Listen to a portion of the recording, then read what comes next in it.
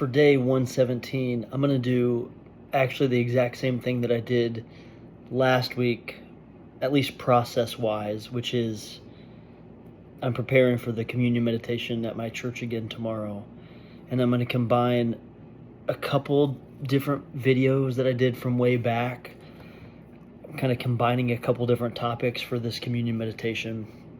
So, similar to what I did in preparation for communion last week, I'm going to go over what I plan to talk about at church tomorrow.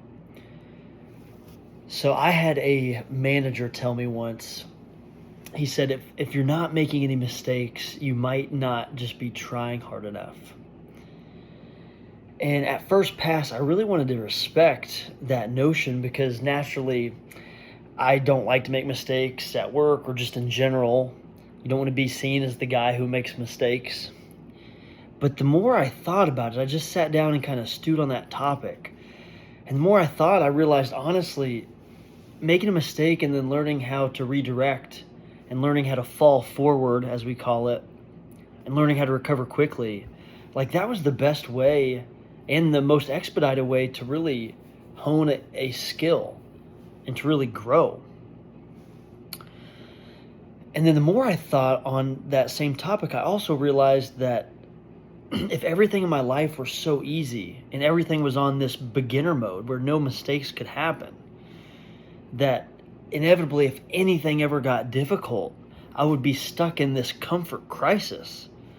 And I would quickly start to crumble because my brain and my body just wouldn't be prepared for any challenge. It truly would make you weaker over time.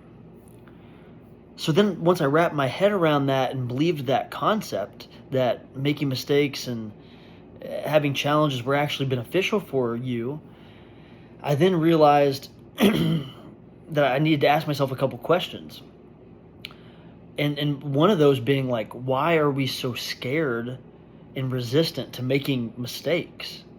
Because I feel like we all are. Like no one wants to admit when they make mistakes. No one wants to voluntarily make them. And pretty quickly when I meditated on that, there were two answers that came back to me pretty quick as to why we're so resistant to mistakes. And one, I think as humans, we're truly just afraid of being uncomfortable. Like our brains are wired to make us comfortable, to keep us alive. And anytime there's any discomfort, it's like this, I don't know the human science behind it, but it's our brains will literally run the opposite direction.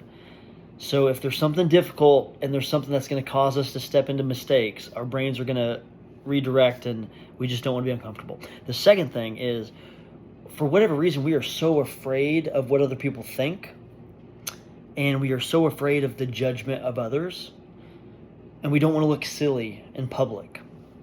So we don't want to be uncomfortable, and we don't want to be silly.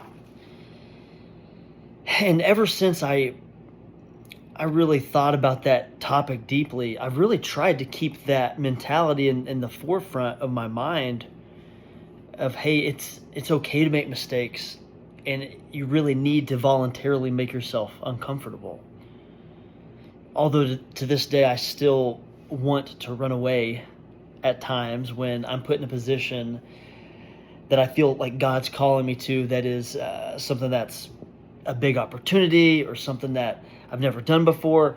For whatever reason, I still feel, like I said, I feel like I want to run away sometimes for those new and those big things. I get anxious, I get nervous about certain things, even though I know that God's called me to them. And we all can probably relate to this. Like, for example, I was asked to officiate my cousin's wedding in June, a couple months away. I have officiated 4 weddings. This will be the 4th. And it is such a blessing to be a part of it. Just the idea of getting to impact such a beautiful thing, such as a wedding ceremony, and that, God, has given us marriage. Like, it's awesome. I love it. It's such a blessing. But truly, I would be lying if I said that when I was asked, even though I've accepted every invitation to do this here in my past, every time I've ever been asked to officiate a wedding, alongside being very excited, one of my first instincts is like to be nervous. And it subsides, it really does, and it's gotten easier over time, but it is frustrating because it's like, why would I run? Like, again, it goes back to like, I'm afraid of making mistakes, I'm afraid of looking silly, and there's this fear and there's this anxiety that truly can creep in. But we're not alone in not only being afraid to make mistakes, but running from things that that God's calling us to. Because I turn to the Bible. This topic's been just such a thing in my life. So I eventually, like, I need to turn to the Bible and see if there's examples about this very thing, like being afraid to step into what God's calling you to do. And very quickly, extremely clearly, something came to mind. I heard this quote. It's, God doesn't call the qualified. He qualifies the called. And I've said it before, I'm going to say it again. God doesn't call the qualified. He just qualifies the called. People that are willing to answer the call that he's putting in front of them. And like, I know all of us have different thoughts and things that God calls us towards, and different relationships he wants us to invest in to further his kingdom. And I also realize that we all have different skill sets and interests and ways that we can honor God. Like, some people can build houses, some people can bake really well, some people can play instruments and sing songs, some people can just listen well and be a prayer warrior. But I have a feeling like no matter what anyone's gifts are, there will be times throughout their life where they're called to step above and beyond, to either amplify that skill that they have or to step outside of their comfort zone and do something in addition, where they're going to be nervous or not wanting to do it, and the easy thing is just to say no.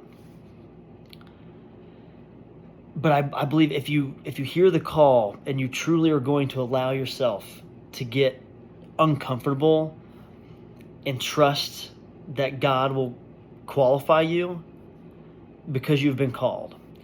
I believe that if you do that, like, it certainly doesn't mean that you have to get up on stage and speak, in front of people. Like, there are so many other ways in our lives that you can either serve and love and lead and genuinely just answer God's call. So again, I just would encourage anybody that if they are hearing God's call in their life, even though they know it's going to make them uncomfortable and panic or feel like they might fail at first, just get up and show up, because there's so much growth in that. And I'll just close by saying, like, calling unqualified people, by the world's standards, unqualified, to do great things has always been God's specialty. Like, if you look throughout the Bible, God called Moses to lead the Israelites out of Egypt, but Moses felt unqualified because of his speech and his past actions.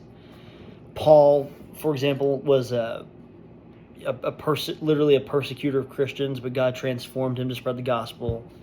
Noah was not a shipbuilder by trade, but God equipped him with faith to build a 500-foot ark. And then there's Peter, that after denying Jesus 3 times under pressure, that Peter's ministry was restored, and he's a living testament, or was a living testament, to show that there was just so much great hope and beauty in redemption and in second chances. But again, none of these people were particularly geniuses by the world's standards, or rich or special by the world's standards, but they all have one thing in common: that when God called, they answered. They answered amidst being uncomfortable. They answered and they showed up even if they didn't want to do it. And I just know that if God can work in all these ordinary people's lives to make them do extraordinary things, that he can and will do the same in our life if we are willing to get past our fear and our pride and our discomfort. So that was what I'll say tomorrow during the communion meditation. I'll just end with this. I've said in previous, I literally had a video, I think it was like day 44 maybe, like, God doesn't call the qualified, he qualifies the called. That's kind of the message that I am echoing again today, but I think it's one that we probably need to remind ourselves, because we run and we run from uncomfortable situations. So keep that in mind, and probably bring that topic up again here in the next 100 days. That's day 117.